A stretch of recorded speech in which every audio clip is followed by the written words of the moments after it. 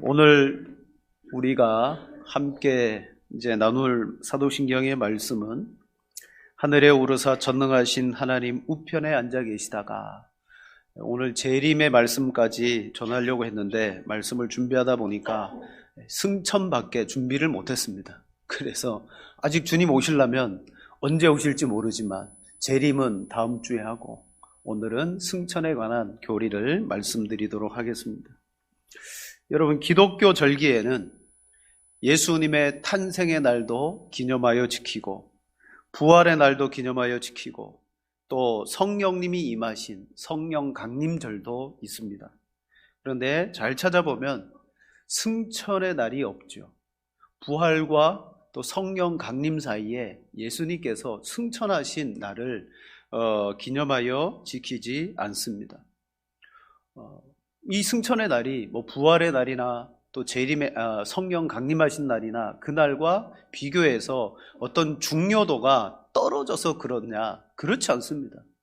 결코 승천이 부활과 또 주님의 어떤 또 다른 사역과 비교해서 가치가 절하되거나 부족해서가 아니라 어쩌면 교회에서 부활을 너무 강조하다 보니까, 주님의 부활을 강조하다 보니까, 또 성령의 강림을 강조하다 보니까 이 승천의 날이 상대적으로 교회 안에서 좀 이렇게 약해진 것이 아닌가라고 생각합니다.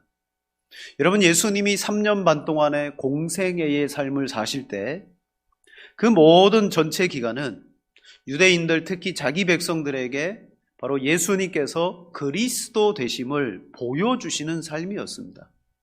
사람들에게 그 공생애의 삶은 내가 그리스도다라는 것을 보여주는 삶이었습니다. 그래서 예수님이 행하신 모든 사건과 또 수많은 에피소드들과 예수님의 입으로 하신 말씀들이 모두가 종합해보면 그 모든 것들이 다 예수는 그리스도시다라는 것을 가리키고 있다라는 것이죠. 그래서 공생의 사건들 하나하나가 바로 구원자이신 그리스도를 우리가 이해하는데 아주 중요한 정보가 되고, 또 예수님의 입에서 나오신 그 말씀 한마디 한마디가 우리가 구원의 근거가 되는 그러한 말씀들이기 때문에 우리가 성경을 볼 때 그냥 와 신기하다, 놀랍다, 이적이다, 나에게도 이런 일이 일어났으면 그런 관점이 아니라 이분이 그리스도시구나, 이분의 말씀이 정말 진리시구나, 여러분, 그런 관점으로 우리는 봐야 됩니다. 그러므로 오늘 우리가 고백하고 또 이 사도행전에서 제자들이 목격하고 있는 이 승천의 기사 역시 우리에게 어떤 관점으로 다가오느냐, 신자에게 십자가와 부활과 함께 동등한 그러한 신앙의 은혜와 능력을 주는 사건이라는 거예요. 부활이나 성령 강림보다 약한 사건이 아니라 동일한 사건, 그리스도의 심을, 하나님 되심을 나타내는 분명한 사건이라는 것입니다. 승천은 부활과 함께 제자들이 분명하게 목격한 사건이에요. 그래서 부활을 목격한 제자들이 두려워 떨었고 신앙의 힘이 완전히 떨어졌을 때 부활의 목격을 통하여 그들은 다시 일어나게 되고요. 승천도 뭡니까? 승천도 목격이에요. 귀로 들은 사건이 아니라 예수님이 하늘로 올라가셨다더라, 그냥 남에게서 들은 사건이 아니라 제자들이 부활과 함께 분명한 목격의 사건입니다. 그래서 목격함으로 말미암아, 눈으로 보게 되어짐으로 말미암아 제자들에게 주는 신앙의 힘과 능력이 있다라는 사실이죠. 그래서 우리가 예배 때마다 사도신경을 고백할 때 그리스도께서 죽으심을 고백하고 부활하심을 고백하고 그리고 하늘에 오르사 하나님 우편에 앉아 계시다가 승천을 고백하는 거예요. 바로 성육신도 우리에게 구원의 능력이 되고 십자가, 부활, 그리고 승천, 나머지 재림마저도 오늘 우리의 신앙생활에 있어서 여러분, 성도가 매일매일마다 살아가는 힘과 능력을 주는 교리이기 때문에 우리가 이 승천의 말씀도 잘 배워야 된다는 것입니다. 자, 승천의 교리를 통해서 오늘 이 시간 믿음에 여러분 큰 담력을 얻는 그런 귀한 시간 되시기를 바랍니다. 첫 번째로 여러분, 예수님의 이 승천 사건은 구약과 긴밀하게 연결되어져 있습니다. 자, 본문 2절에 이렇게 말합니다. 2절에 그가 택하신 사도들에게 성령으로 명하시고 승천하신 날까지의 일을 기록하였느라. 지금 누가가 데오빌로에게 이 글을 쓰면서 나는 예수 그리스도에 관해서 쓰는데, 바로 택하신 사도들에게 성령으로 명하시고 승천하신 날까지의 일을 내가 기록했다. 이건 지금 누가복음을 이야기하는 거예요. 누가복음의 끝에 마지막이 뭡니까? 예수님의 승천 기사로 끝나고요. 그리고 이제 2편인 사도행전이 시작되는 거예요.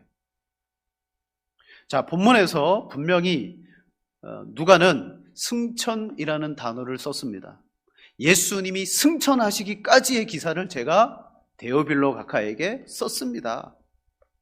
승천이라는 단어가 헬라어 원문을 보면 아날 람바노라고 말합니다. 아날은 위로라는 뜻이고요. 람바노라는 단어는 취하다라는 말입니다. 이 두 단어를 합치면요, 승천이라는 것은 그냥 예수님이 하늘로 올라가셨다가 아니라 위로 취하다. 즉, 주님은 하늘로 그냥 스스로 이렇게 올라가셨다기보다는 하늘에서 예수 그리스도를 취해서 올리셨다라는 의미가 그 속에 들어 있습니다. 자, 예수님의 공생에 하셨던 모든 행동들, 사역들, 이 모든 것들은요, 바로 구약을 바탕으로 합니다. 그냥 예수님이 뜬금없이 환자를 고치고 어느 지역을 가고 그렇게 행하지 않으셨어요. 예수님의 행동들과 대부분의 기사는 거의 구약에서 인용된 것을 완성하시고 이루시는 사역이었어요. 그래서 여러분, 예수님의 사역을 꼼꼼하게 들여다보면요, 구약에 어떤 인물이 생각나고요, 구약의 사건들이 떠오르게 되어 있습니다. 예수님은 구약을 성취하신 분입니다. 그러므로 승천 기사 역시 어떤 관점으로 봐야 되냐면 구약을 성취하는 사건으로 봐야 됩니다. 정확하게 말하면 구약에도 승천의 기사들이 몇 번 등장해요. 왜 등장합니까? 죽지 않고 그들이 하늘로 올리움을 받는 사건이 2번 크게 등장하는데, 그 사건이 왜 등장하죠? 아, 우리도 엘리야처럼 죽지 않고 하늘로 승천하고 싶다, 그게 아니에요. 그건 앞으로 오실, 이제 승천하실 예수 그리스도를 가리키는 예표요 모형이라는 것입니다. 모형은 진짜를 소개하기 위해서 있는 겁니다. 우리 고속도로 휴게소라든지 아니면 큰 식당에 가보면, 사람 많은 데 가보면 주문 받는 곳이 따로 있고, 그래서 주문을 거기에서 하고 가야 되는 데가 있어요. 항상 거기 가보면 메뉴판과 함께 음식의 모형들이 있어요. 뭘 먹어야 될지 고민이 될 때는 그 모형을 뚜려져라 쳐다봐야 됩니다. 뭐가 맛있을까? 여기 휴게소에는 어떤 음식이 맛있을까? 우리는 모형을 보고 진짜를 사게 되는 것입니다. 여러분, 거기에 있는 모형들은 가짜지만 우리는 그걸 보면서 진짜를 생각하면서 음식을 주문하는 것입니다. 마찬가지로 구약에 등장했던 승천의 기사들은 뭘 나타냅니까? 앞으로 오실 예수 그리스도의 승천을 알려주는 사건들입니다. 대표적으로 에녹, 엘리야, 이 두 사람이 하늘로 올리움을 받았습니다. 특히 이 두 사람 가운데 위로 취하심을 받았다라는 표현이 등장하는 사건이 누구냐? 바로 엘리야예요. 자, 우리 열왕기하 2장 9절과 10절, 우리 세 절을 같이 한번 읽겠습니다. 2절 같이 읽습니다. 건너매 엘리야가 엘리사에게 이르되 내가 내게 어떻게 할지를 구하라.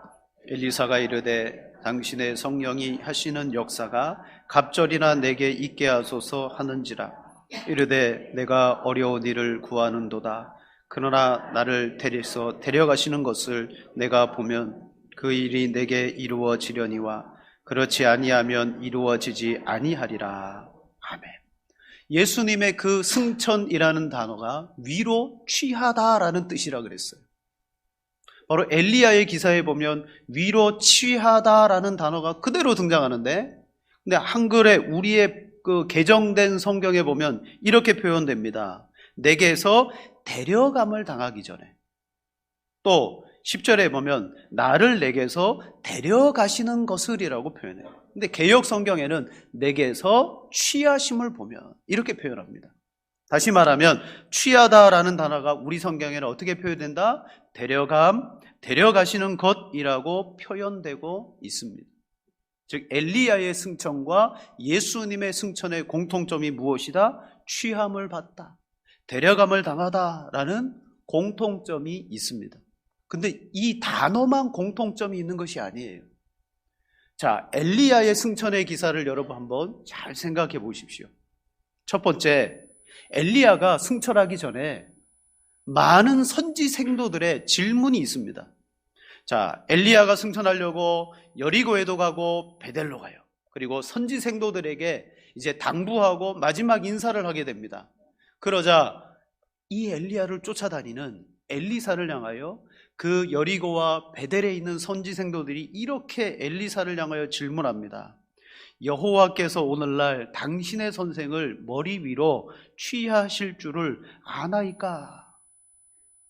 가는 곳 베델에서도 여리고에서도 제자들이 엘리사에게 하나님이 당신의 선생을 이때 취하실 줄로 아나이까? 라고 질문했죠. 마찬가지로 오늘 예수님이 승천하시기 전에 제자들이 질문합니다. 그때가 언제입니까? 주께서 이스라엘 나라를 회복하심이 이때입니까? 라고 때를 묻습니다. 즉 여리고와 그리고 베델의 선지 생도들도 엘리사에게 때를 물었고요. 제자들도 예수님에게 이스라엘 나라의 회복하심의 때를 묻습니다. 즉 질문이 등장하고요. 두 번째는 그 질문에 대한 대답이 같습니다. 엘리사는 생도들에게 질문을 받았을 때 이렇게 말합니다. 나도 아노니 너희는 잠잠하라. 내가 알고 있으니 너희는 잠잠하라. 예수님 역시 이스라엘 나라를 회복함이 어느 때입니까? 라고 제자들이 질문하자 때와 기한은 아버지께서 자기의 권한에 두셨으니 너희의 알 바 아니요. 이 말도 뭐예요? 잠잠하라라는 말이에요. 너희는 그때 생각하지 마라. 그냥 잠잠해라. 묻지 마라. 알 필요 없다라고 대답합니다. 그리고 세 번째, 엘리야의 승천에서 엘리사가 뭘 요구하죠? 당신의 영감이 내게 갑절이나 있기를 원합니다라고 영감을 요구합니다. 그때 엘리야가 엘리사에게 영감이 내게 있기 위해서 하나의 조건이 있다. 조건을 제시합니다. 그게 뭐냐? 나를 내게서 취하시는 것을 내가 보면 그 일이 내게 이루어지려니와 그렇지 아니하면 이루지 아니하리라. 엘리사가 스승 엘리야에게 당신의 영감을 내게 갑절이나 더해 주십시오라고 했을 때 조건이 있다. 조건이 뭐냐? 하나님이 나를 위로 취하실 텐데 그때 너가 내가 취함 당하는 것을 목도하고 보고 있으면 하나님의 영감이 내게 갑절이나 임할 것이다. 오늘 본문에서도 예수님이 승천, 하늘로 취하심을 받을 때 제자들은 그냥 하늘을 계속 쳐다보고 있었어요. 얼마나 쳐다봤든지 두 천사가 나타나서 이렇게 말합니다. 11절 같이 읽겠습니다. 이르되 갈릴리 사람들아 어찌하여 서서 하늘을 쳐다보느냐? 너희 가운데 하늘로 올려지신 이 예수는 하늘로 가심을 본 그대로 오시리라 하였느니라. 아멘. 엘리사가 스승의 승천을 끝까지 쳐다보고 있었듯이 예수님의 제자들도 예수님의 승천을 끝까지 쳐다보고 있었어요. 엘리사는 왜 쳐다봤습니까? 분명히 말했거든요. 스승님이 나를 하늘로 취하심을 받는 것을 내가 목도하면 영감이 갑절이나 내게 있을 것이다. 여러분, 엘리야의 영감이 엘리사에게 갑절이나 임하게 되는 조건이 무엇입니까? 바로 승천을 지켜보는 것입니다. 엘리사가 자신의 승천을 지켜보면 어떻게 된다고 했습니까? 영감을 갑절이나 얻을 것이다. 여러분, 영감 그러면 감이 안 오죠. 이게 무슨 말인가? 세상에는 먹어야 될 감도 많고 집에도 그런 감분이 계시고 많은데 성경에서 말하는 영감이 뭐냐? 여기서 말하는 영감은요, 옛날 개역 성경에서는 영감이라고 말했고, 오늘 우리 개정 성경에서는 아까 읽었던 열왕기하 2장 9절에 보면 이렇게 말합니다. 엘리사가 이르되 당신의 성령이 하시는 역사가 갑절이나 내게 있게 하소서. 그 영감이 뭐냐면 성령이라는 거예요. 즉, 여러분, 구약시대부터 성령, 영감, 이걸 뭘로 표현했느냐? 호흡, 바람. 그래서 히브리어로 루아흐라고 표현해요. 루아흐라는 이 단어를 옛날 성경은 영감이라고 그랬고, 우리 성경은 성령이 하시는 역사라고 그랬어요. 지금 엘리사가 스승에게 구하는 영감이 뭐예요? 바로 성령의 역사를 구했습니다. 오늘 본문에 예수님의 승천을 끝까지 바라보다 본 그 제자들에게 예수님이 약속하신 것이 무엇입니까? 내가 하늘로 올라가면 내 아버지께 말씀드려서 무엇을 너희에게 있게 하겠다?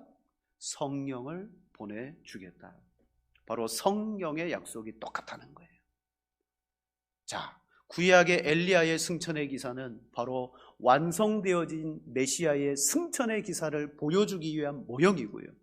그 과정과 그 영감이 임하는 모든 말씀들이 바로 예수 그리스도 안에서 완성되고 이루어지더라. 자, 우리 오늘 읽지 않았습니다. 4절, 5절 두 절 같이 읽겠습니다. 사도와 함께 모이사 그들에게 분부하여 이르시되 예루살렘을 떠나지 말고 내게서 들은 바 약속하신 것을 기다리라. 요한은 물로 세례를 베풀었으나 나는 이는 몇 날이 못되어 성령으로 세례를 받으리라 하셨느니라. 아멘. 엘리야는 나의 승천을 목도하게 되면 루하흐를 너가 받을 것이다. 바로 예수님도 제자들에게 이미 승천하기 전에 뭘 약속했어요? 성령을 약속했어요. 여러분, 예수님의 승천을 통하여 하나님의 성령이 이제 이 땅에 임하시게 되는 것입니다. 엘리야는 엘리사를 남겨놨어요. 엘리사에게는 그가 못다 이룬 사명, 사역, 그런 일들이 주어집니다. 즉 엘리야의 대리자고요. 제자들은 누굽니까? 누가는 이 승천을 바라다 본 제자들은 바로 예수 그리스도께서 이 땅에 남겨놓으신 자신을 대신할 증인들이라고 말씀하십니다. 바로 엘리야가 엘리야로부터 루아흐를 약속받았듯이 예수님의 승천을 지켜보는 제자들은 주님으로부터 성령의 약속을 받았습니다. 그러므로 이 승천의 기사는요, 아주 중요한 거예요. 오늘 승천의 기사는 마치 우리 달리기 하는 계주 경주자들이 앞선 주자가 한 바퀴를 삥 돌고 다음 주자에게 턱 던져주는 거 있죠. 금일봉 줍니까? 뭘 주죠? 바통 줘요. 그런 것과 똑같다는 거예요. 이제는 그리스도께서 공생의 사역을 통하여 하나님의 나라의 일을 이제 그분이 하셔야 될 일을 이루셨고, 이제는 그 바통이 엄밀히 따지면 성령을 통하여 삼위 하나님이 제자들 속에서 이루시는 거예요.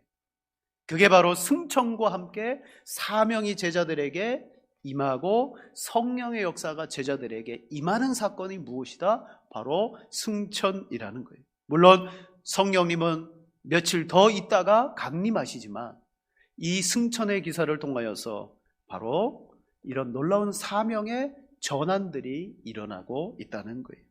그러므로 두 번째, 여러분, 예수님의 떠나가심은, 승천은 바로 제자들과 우리에게 유익하다는 것입니다. 공생의 3년 반 동안 예수님은 제자들과 동고동락했습니다.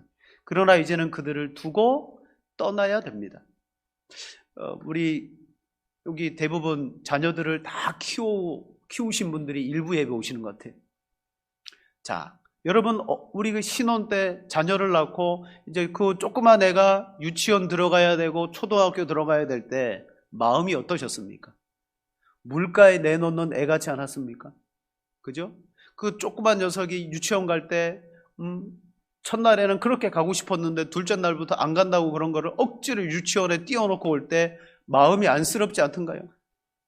초등학교 1학년 때 학교 간다고 가방 매주고 찾길 조심해 그리고 돌려보낼 때, 학교 보낼 때 여러분 마음이 불안하지 않던가요? 그냥 몰래 뒤에서 쫓아가 보지 가야지 않을까라는 마음 들지 않던가요? 그런 안쓰러움이 우리에게는 있습니다. 3년 반 동안 제자들과 함께 했던 예수님이 그들을 떠나셔야 됩니다. 어떤 마음이셨겠습니까? 여러분 끝까지 제자들을 향한 사랑을 가지고 계셨다 그랬어요. 자, 우리 요한복음 13장 1절 말씀 함께 읽겠습니다. 유월절 전에 예수께서 자기가 세상을 떠나 아버지께로 돌아가실 때가 사랑하시되 끝까지 사랑하시니라. 아멘. 예수님은 아버지께로 돌아가야 될 때를 아시고 그 짧은 남겨진 기간 동안에 제자들을 끝까지 사랑하셨다. 여러분 끝까지 사랑은요, 아버지께로 안 가고 예수님이 이 땅에 그냥 안쓰러우니까 내가 같이 있어줄게, 그게 아니에요. 여러분 진짜 사랑이라는 것은 뭡니까? 책임져 주는 사랑인데 그 사랑은 너무 아까워서 이 아이가 충분히 잘할 수 있고 뭔가 할 수 있음에도 불구하고 하지마 아빠가 다 해줄게, 엄마가 해줄 테니까 너는 가만히 있어. 여러분 그게 사랑입니까? 여러분 예수님이 하시는 끝까지 사랑은 어떤 사랑입니까?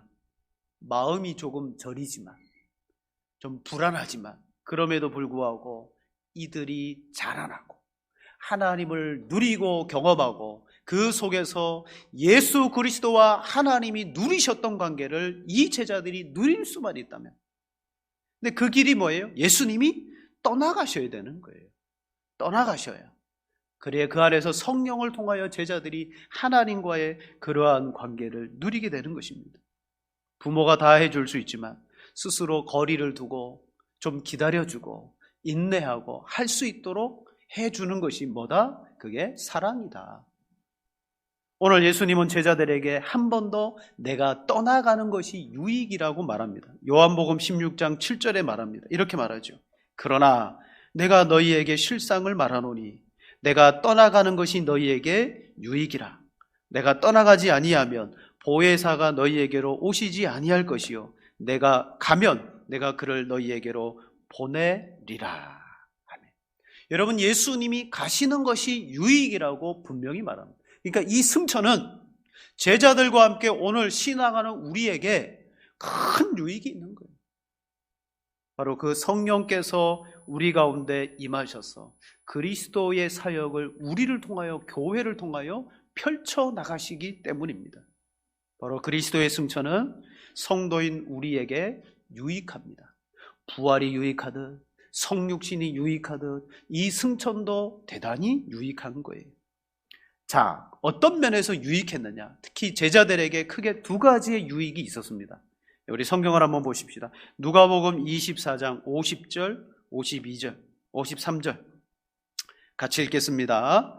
예수께서 그들을 데리고 베다니 앞까지 나가사 손을 들어 그들에게 축복하시더니 축복하실 때에 그들을 떠나 하늘로 올려지시니 그들이 그에게 경배하고 큰 기쁨으로 예루살렘으로 돌아가 늘 성전에서 하나님을 찬송하니라. 아멘. 요게 누가복음에서 기록한 마지막 예수님의 승천 기사입니다. 자, 승천을 목격한 제자들과 그리고 그 제자들의 반응이 등장합니다. 여러분 예수님이 떠나가시는 것이 유익이라 그랬어요. 정말 승천을 목격한 제자들은요, 예수님 가시는 것을 아쉬웠지만 보내드림 이후에 놀라운 변화가 일어났다는 거예요. 먼저 목격이라는 사건 때문에 변화가 일어난 적이 몇 번 있었어요. 부활 사건. 예수님이 부활했음에도 불구하고 예루살렘에 있던 두 제자가 분명히 여인들이 와가지고 예수님이 없어졌습니다, 부활했다라는 소식을 우리에게 전했습니다 했음에도 불구하고 그 두 제자는 성경에 보니까 실망하고 엠마오로 내려갔다 그랬어요. 자, 실망하고 엠마오로 내려가는 그들에게 예수님은 어떻게 하셨습니까? 그들을 찾아가셨어요. 그때 그들을 찾아가셨을 때 그들과 함께 대화하면서 이 예수님이 풀어준 말씀으로 말미암아 그들의 마음이 뜨거워지게 되었어요. 그때 방법이 뭐냐면 그냥 말씀으로만, 음성으로만 들려준 게 아니라 부활하신 예수님을 목격하게 했어요. 마찬가지로 승천도 뭐다? 목격입니다. 목격. 여러분, 눈으로 보게 되어짐으로 말미암아 큰 믿음과 은혜를 얻는 거예요. 우리가 성찬을 하고 세례를 하는 이유가 뭡니까? 목격입니다.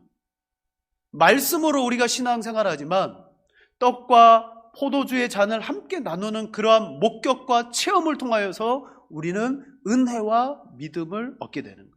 즉 예수님은 충분히, 여러분, 모세가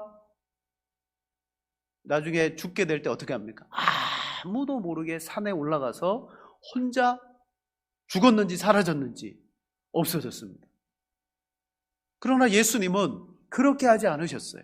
은밀하게 비밀스럽게 홀로 승천하실 수 있어요. 그리고 제자들에게 말씀으로만, 나는 이제 곧 승천하니 너희와 함께 없다. 성령을 보내줄 테니까 걱정하지 말아라. 몰래 승천하실 수 있는데 예수님은 목격하도록 했습니다. 그 목격에 유익이 있었다는 거죠. 승천을 목격한 제자들에게는 어떤 유익이 있었느냐? 바로 큰 기쁨이 그들에게 임하게 됩니다. 자, 24장, 누가복음 24장 52절에 이렇게 말하죠. 그들이 그에게 경배하고 큰 기쁨으로 예루살렘에 돌아가 늘 성전에서 하나님을 찬송하니라. 여러분, 제자들이 어떻게 변했는지 보여줍니다. 그를 경배하고 큰 기쁨으로 돌아갔다라고 말했어요. 먼저 승천을 목격하고 난 다음에 제자들이 어떻게 변했느냐? 예수님을 경배하기 시작했습니다. 경배라는 단어가 프로스키네오라는 단어입니다. 근데 이 단어가 언제 쓰이느냐? 하나님을 예배할 때 쓰이는 단어입니다. 경배라는 단어는요, 예배 용어예요. 자, 어떤 대상에 대해서 우리는 존중이 여길 수 있습니다. 존중이 여기는 것하고 예배의 대상으로 경배하는 것하고는 차원이 달라요. 제가 여러분을 존중히 여기고 여러분이 저를 존중히 여길 수 있어요. 그러나 여러분이 저를 경배합니까? 오늘 경배하는 마음으로 이 자리에 계십니까? 아니잖아요. 존중하되 경배는 하나님께 드리는 거예요. 자, 부활을 목격하고 난 다음에 제자들에게 나타났던 중요한 변화가 뭐냐면 경배입니다. 이게 왜 중요하냐?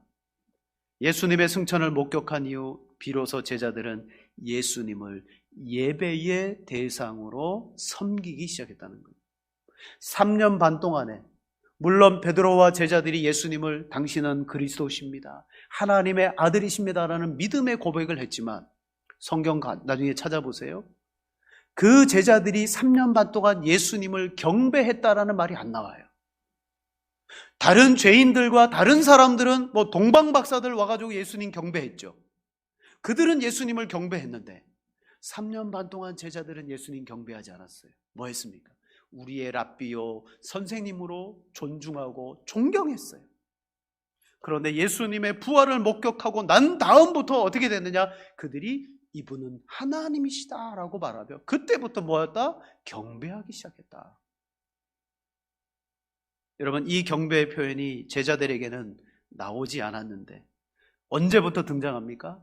부활을 목격한 다음부터 그들이 예루살렘에 돌아가서 경배하고 찬송하기 시작했다라고 말씀하고 있습니다. 즉 예수님을 하나님의 아들, 하나님으로 예배하기 시작했다. 여러분, 이 큰 영향력을 끼친 사건이 무엇이다? 승천이라는 거예요. 승천이라는 거예요. 자, 승천의 사역을 통하여 어떤 변화가 일어났습니까? 예수님을 경배하기 시작했습니다. 두 번째로 오늘 아까 누가복음 읽었던 말씀에 제자들에게요, 감당할 수 없는 큰 기쁨이 그들에게 찾아왔습니다.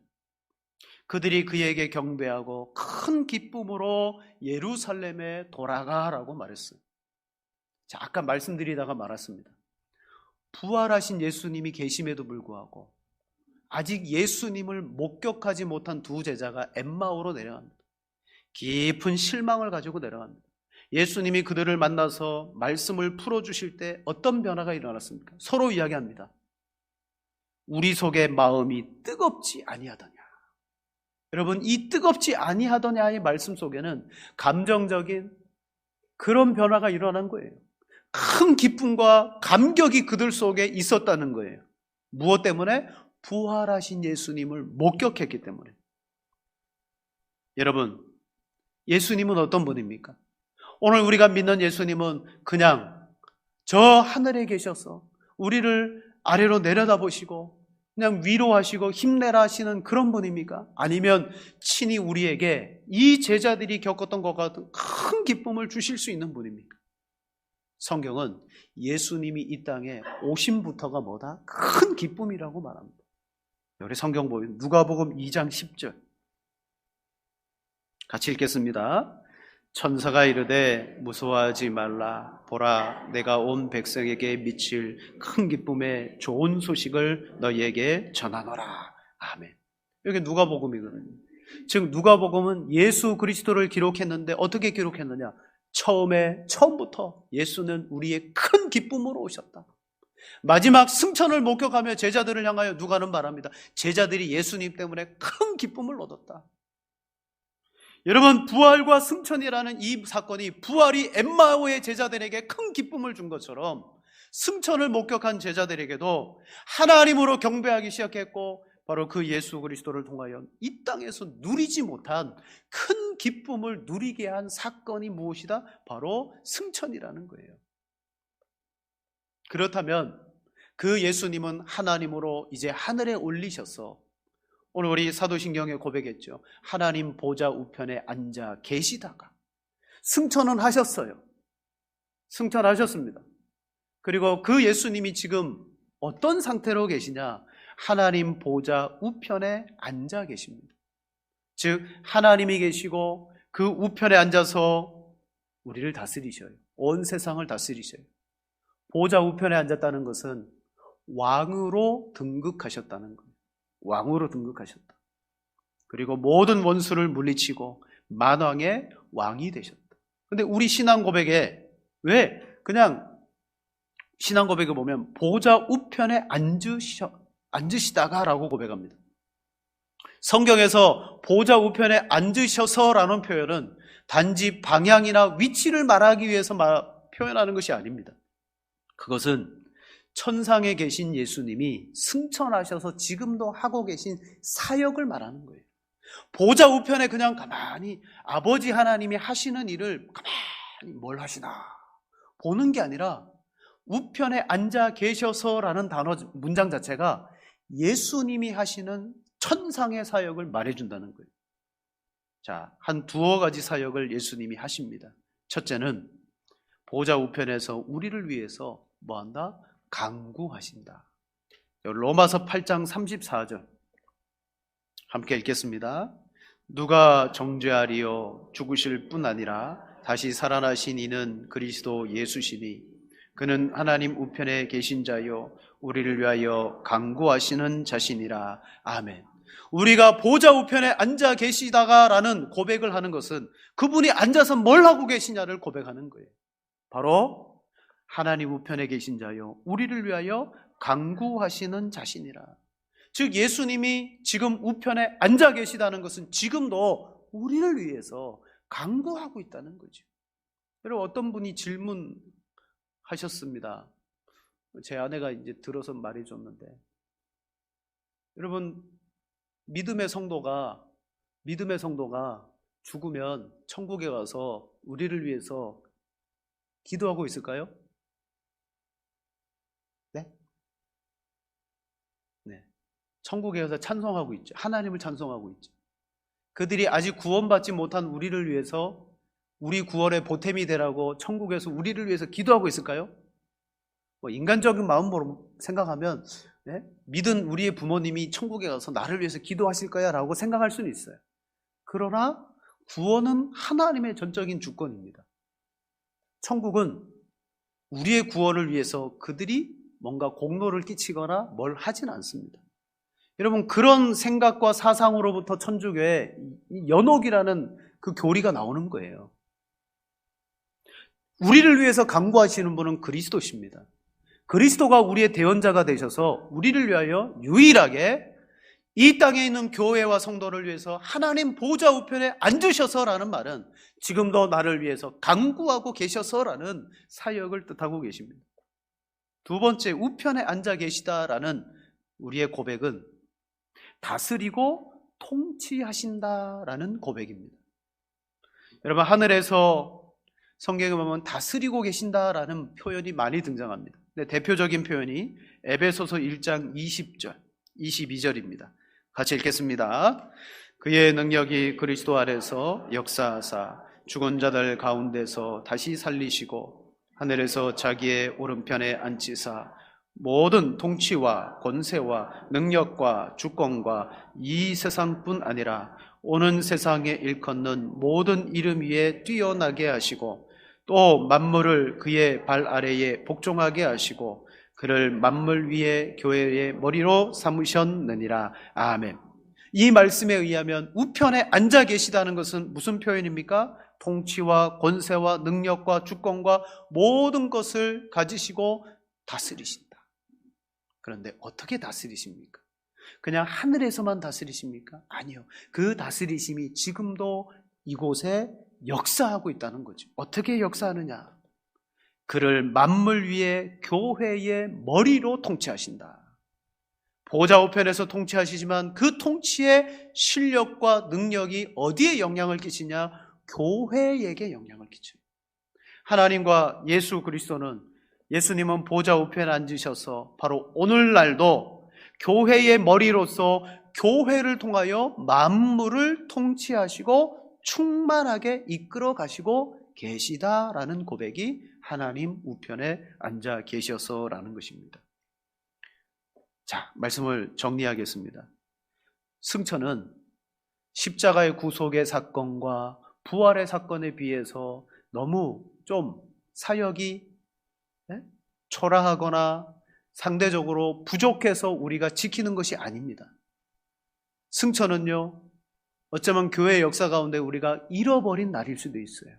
그 승천의 날을 우리는 정말 승천의 의미가 무엇인지를 알아서 조금 더 성경과 신학적으로 그 날을 잘 지킬 필요가 있습니다.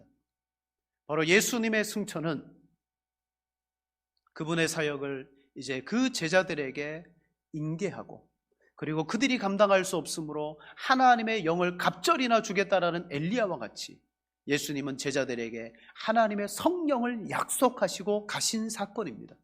그리고 이 승천은 목격한 제자들에게, 낙심하고 실망하고 있는 그들에게 오히려 예수님 떠나가셔가지고 그 부재라는 빈자리가 쓸쓸하고 너무 큰 게 아니라 오히려 하나님임을 경배하게 되고 큰 기쁨이 그들 속에 자리하게 되는 놀라운 사건이고, 그리고 승천에 계신 예수님은 지금도 우리 그 보좌 우편에서 우리를 위하여 기도하고 우리를 다스리시는 영원한 통치자로서 지금도 역사하고 계시다라는 여러분 그 말씀입니다. 여러분, 그 승천하신 예수 그리스도를 고백하면서 우리는 하나님 보좌 우편에 앉아 계신 정말 하나님이신 예수님을 고백함과 동시에 그분이 나를 위하여 지금 아직 재림하기 전까지, 주님이 이 땅에 오시기 전까지 뭘 하고 계시냐? 지금도 교회인 우리를 다스리고 나를 위해서, 우리를 위해서 기도하고 계시는구나.